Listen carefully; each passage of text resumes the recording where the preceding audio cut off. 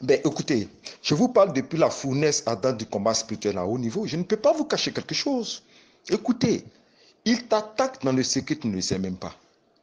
Elle t'attaque, elle te lance des flèches dans le secret et tu ne vois même pas. Tu ne sais même pas. C'est-à-dire tu es là et puis tu ne penses même pas à la personne. Comme le disait ma bien-aimée, que l'ennemi connu est plus domptable que l'ennemi inconnu. C'est-à-dire si tu maîtrises tes ennemis connus, celui qui est inconnu est plus dangereux que ceux que tu maîtrises. C'est-à-dire, il peut, puisque tu as les mêmes baissés, tu ne fais pas attention, tu ne peux même pas t'imaginer qu'une telle personne, dans le secret, fait des incantations, des imprécations, fait des pratiques occultes contre ton âme. Mais je l'ai dit aujourd'hui, pourquoi est-ce que je parle? Voilà, je peux dire à l'aide parce que là, aujourd'hui, c'est imminent. Quelque chose m'est arrivé, moi. À moi, quelque chose m'est arrivé aujourd'hui. J'ai été dépassé de découvrir quelque chose. C'est pour ça que la Bible a dit dans le livre de Psaume 64, le verset 4, et je lis. Écoutez bien, cette version. Comme une épée, leur langue est aiguisée. Psaume 64, verset 4. Comme une épée, leur langue est aiguisée. Et ils décochent leurs propos venimeux comme des flèches. Au verset 5, ils tirent depuis les cachettes sur l'innocent. Ils le visent soudain, sans éprouver la moindre crainte. Ils s'en adissent pour de mauvais desseins. Ils se concèdent pour bien cacher leurs pièges. Amen. C'est-à-dire la personne qui te fait du mal t'épie depuis longtemps.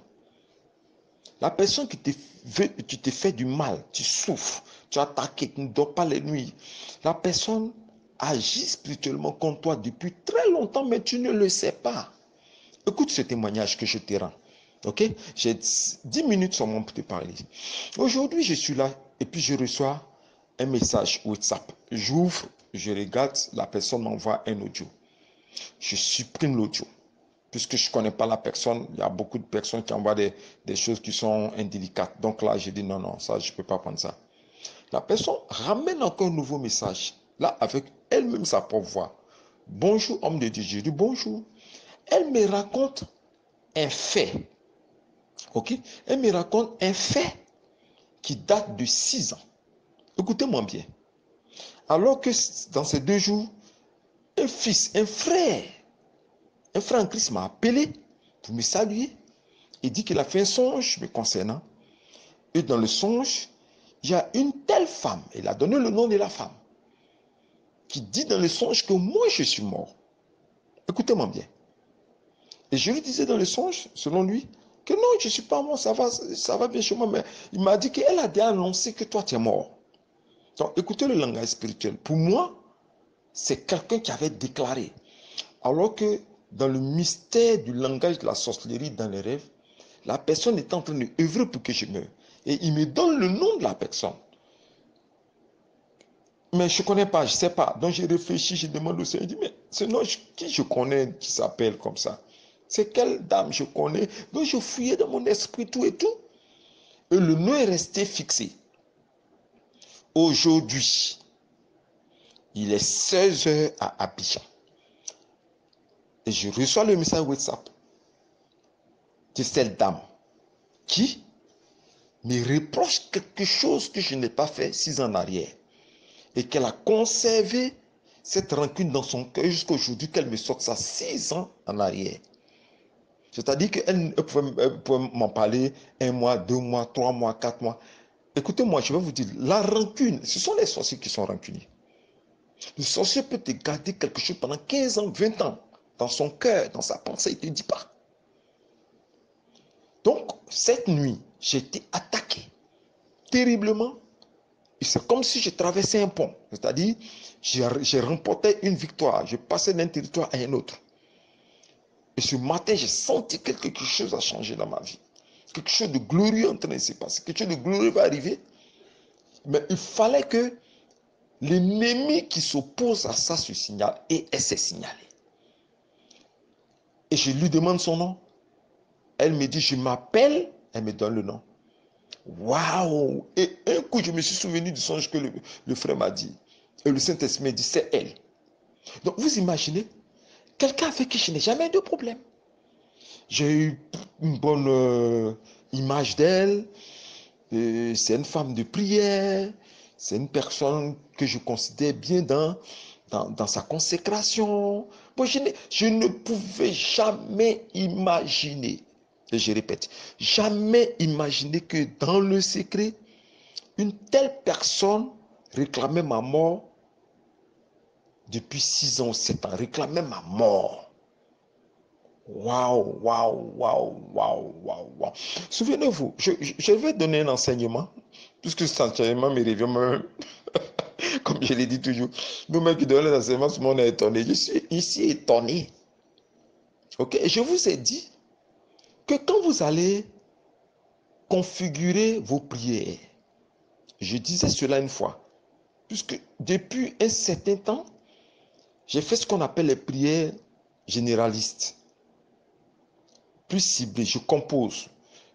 Je vous donne l'exemple par exemple. Seigneur, je veux prier contre mes ennemis auxquels je ne pense même pas, qui sont tapis dans le secret et qui manipulent spirituellement ma vie jusqu'à la mort. C'est contre eux que je vais riposter au nom puissant du Seigneur Jésus-Christ. Vous voyez, là, tous ceux qui sont cachés dans les grottes, dans des lieux secrets, dans des maisons auxquelles vous-même vous ne pensez même pas, peut-être même ta propre servante même qui te sert à manger, ou bien ton propre frère, ton propre cousin, quelqu'un auquel tu ne vas même pas penser, mais quand tu composes cette prière, il est fusillé automatiquement la nuit au nom de Jésus-Christ. Et c'est ce que je vous demande. Et moi, ça m'a sauvé. Je vous aime énormément. Je vous aime énormément, donc je ne peux pas cacher ce scoop. Ok? Change la composition de ta prière. C'est vrai, tu connais tes ennemis spirituels. Là, tu sais comment est-ce que ton oncle mystique t'attaque. Tu sais comment est-ce que ta tante sorcière t'attaque. Tu sais comment est-ce que ton ancien voisin t'attaque, ainsi de suite. Tu connais tes ennemis, tu les as listés. Mais sache qu'il y a des ennemis inconnus auxquels on ne pense même pas, qui travaillent spirituellement, qui t'attaquent spirituellement dans le secret. C'est cela que tu dois battre au nom de Jésus-Christ. Change, Seigneur Jésus-Christ. Tu peux faire comme moi, Seigneur Jésus-Christ. Tu peux répéter comme moi, Seigneur Jésus-Christ, je veux combattre l'ennemi tapis dans le secret. L'ennemi auquel je ne pense même pas, de près ou de loin, qui agite ma vie spirituelle, qui agite mon corps, qui agite mon âme, qui agite mon esprit pour me conduire au séjour des morts.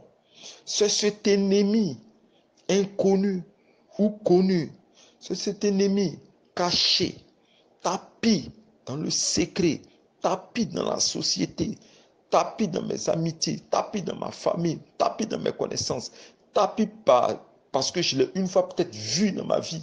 C'est cet ennemi-là que je vais envoyer une décharge spirituelle sur sa tête cette nuit, au nom puissant du Seigneur Jésus-Christ. Alléluia. J'ai triomphé de cette femme.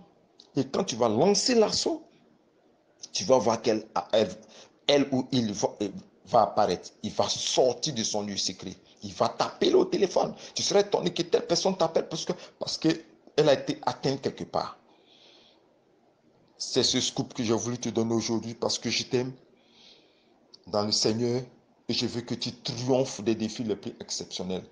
Pour moi, c'est ce que j'appelle flash révélation, pour que la famille bénéficie de tous les mystères que Dieu m'a donnés et que vous soyez véritablement performants la nuit dans le combat spirituel. C'était l'écrivain prophète Yahweh Moïse qui faisait rapidement un flash révélation pour vous aider. Comme d'habitude, je le dis toujours avec un grand sourire. Shalom.